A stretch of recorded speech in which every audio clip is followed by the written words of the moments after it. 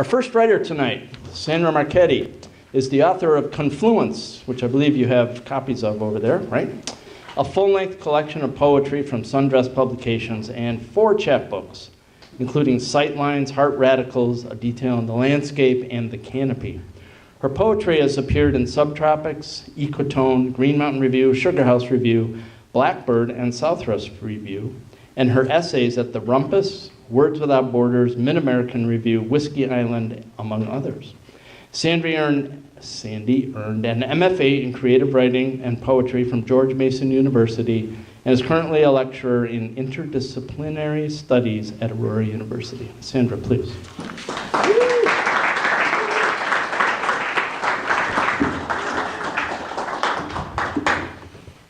I can also help you with those beers. I'll just leave them. Are you ready? No, I'm just joking. Oh, this is awkward. Can I Yes. adjust this a little bit? Want it up? How do you yeah, like a little more. Yeah, back. Oh, you just have to really shove it. Yeah, you have to really give it a shot. Good, good. Okay, how's everybody doing? This is lovely. I've read at Waterline twice, and I hadn't applied to read again because a lot of places after you read once, you pretty much dried up the well, you know. And so I read a second time out of good fortune. I had a new book coming out. And then Anne emailed me and kind of said, hey, we haven't heard from you in a while. And I was like, what? There's got to be a lot of other people out there. But it was really nice to be asked to come back again. This is really one of my favorite venues. I always direct writers to it, and I love coming here myself, so thanks for having me. Okay, so since I've read here a couple of times, and folks here have heard from, I think, 3 of my books by now, I decided I'm going to read all new work. So the work is not collected in any books yet, although some of it's been published in literary magazines, but a lot of it hasn't. So I'm going to start with some poems from a collection I'm working on influences. So all of the poems from that collection kind of beg, borrow, or steal from other writers in one way or another. I start with a line from another poet that I like, or I'll argue with a poet, another poet, or I might even, call them out by name in the poem. Sometimes it's just an image. So I'm going to read a few of those, and then I'll kind of share with you another project. So this one's called Sunset. I turned to park my car somewhere you would have found it, prop my feet on the dash and listen for the white-throated songbird, flexing its own chords. Like a cyclist who dips beneath a branch at speed, or the softball field that's been seeded, the diamond still a lighter green. I've sunk back, not expecting to be seen. So I am not. In your traveling century, it's impossible I'd still be here, roaming like the ghost of me. Me at 13, then 23. I listen for you in the lot, but I can no longer see.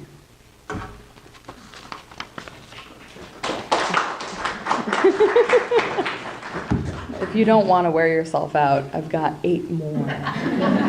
If you do, that's your choice, and I'll happily take it. This one's called Imagination. So this one recalls a poem by Elizabeth Bishop called The Riverman, and it's one of her lesser-known poems. You might know Elizabeth Bishop from One Art, right? One of her greatest hits, or The Moose. This is a poem she writes about a witch doctor in Brazil. And it's about the Amazon River.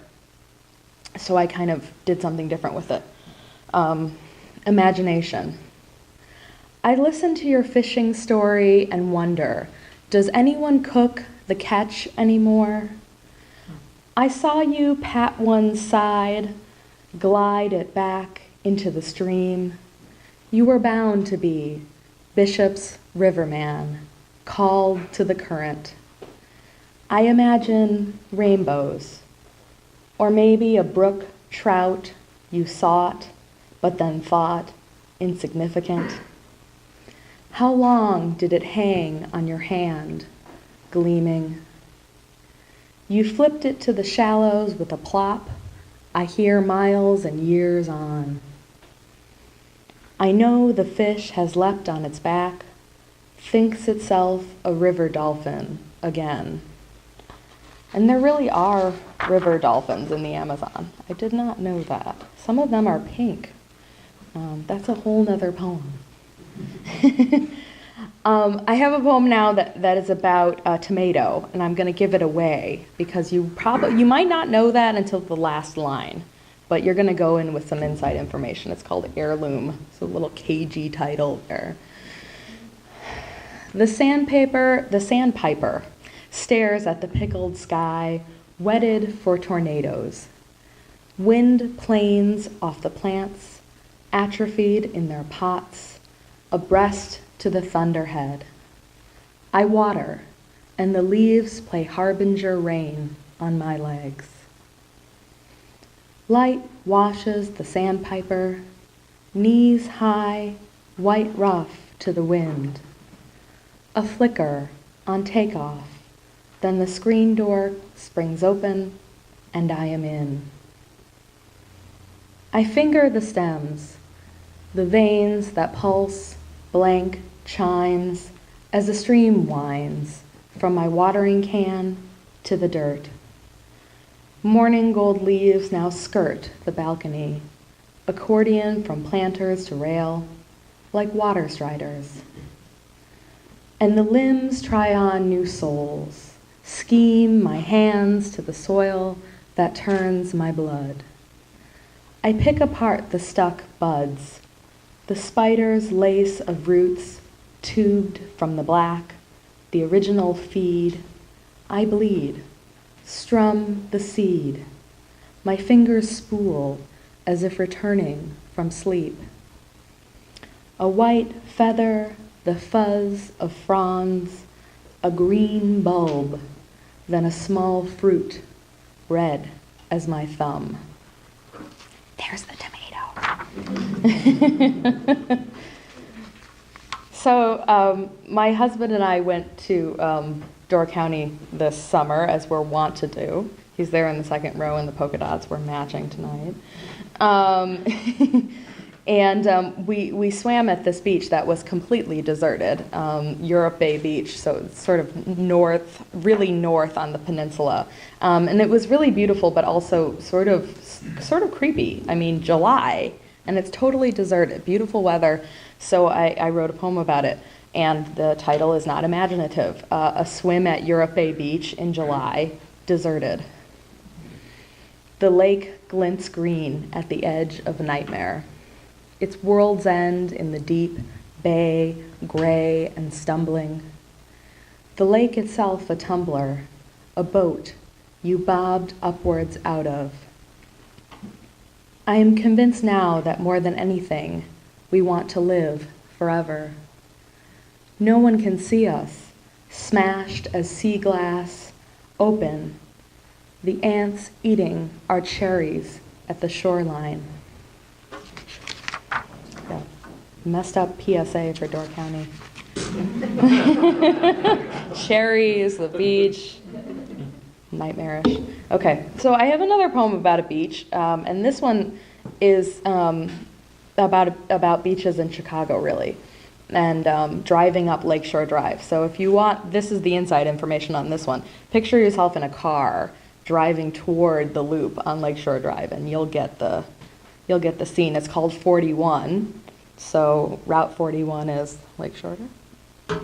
People in Chicago area don't get that. 41. On the second full of the second season, the rose blue moon stops Chicago like a cork. Bicycles chase the lake. I ride the starred drive, a carpet vacuumed up to the Drake, to lakeshore condos. Its escape of bracken beaches punched through with legs. Water begs them, pedaling to the loom. They wait on the lozenge to flick and plume. Come, otherworldly and complete, a wheel of flaked stars, a dock off a manicured sandbar. The city erodes outside my pillbox car. Tonight the waves thin in the moon cast my pink skin blue. Okay, so I said that there would be some poems from a second project. So how do I explain this? I've only read from this project twice since a big event in the project has kind of occurred. For the last 3 years, I've been writing a book of poems about the Chicago Cubs. Okay, so my father and I have been going to games since I was 3 or 4 years old, and so I started writing this book maybe in 2012, and actually I had a publisher approach me last month and be like, can we somehow get this book out into the world? Can we just publish it? And I was like, no, it's not done. So I haven't written maybe the most important poems yet. So I'm going to read a few poems. And the project is more largely about baseball, fathers, listening to games on the radio, and things like that. So it's not just, I hope it transcends sports a little bit. You can tell me afterwards, and you can tell me, no, it doesn't. And I won't be mad. So I'll read a couple from here to finish up. Okay, so this one's called Extras, and this is about this season, something that happened to me this season. It was late when I walked by the sushi place. Through the picture window, I saw a man and his son, the owners perhaps, sitting under an anticipatory glow. They were watching the ball game in the dark dining room. So unlike you and me, these foreign men resting after restaurant work, faithful through extra innings. I had flipped off the car radio, but I remember now we won. It was their reward for not going home, for waiting on the pitcher to throw. I had the privilege of going to some spring training games this year and some playoff games. The playoff poems are not written, but I have a poem that I wrote about going to spring training, and it's called Arizona. Again, a really original title. Poets are creative in different ways. That's what I say. Arizona. Down the first base line, I saw your body stretched like an A on the mound, your right arm a slash line across it. A spring training game in mid-March, you only threw a few innings, but I could tell your pitches were up without replay. In the crowd, I hid among the retirees, white men with their white hair in their white shirts holding scorecards, and I thought about asking, what is it like for your team to leave you, as this team will leave in a couple of weeks for a city of work that only stops on a Friday afternoon for baseball? Time for one more? Yeah? Okay. Okay, I will finish with my best attempt at a funny poem. And that's feeble. That's a feeble attempt. But why is this funny? The only reason it's funny is because it mentions Bob Uecker and Dolly Parton. That's it. There's really no jokes. And this is also kind of a true experience. A couple summers ago, I went on a book tour all across the country, and I did a lot of what this poem describes, which is listening to ball games on the radio. Listening for Bob Uecker. My father thinks you can find a signal from anywhere. A Mets game in Cincinnati, the Reds in Tennessee. I tell him sometimes the mountains curtain the call, or a semi bleeding its long, low horn, its lights scanning the corn. But 50,000 watts fighting Dolly Parton or a revival travels. When it's clear, you can hear the Dodgers in Chicago and know a wave arrayed in the distance spun out its curve to find you. Thanks so much.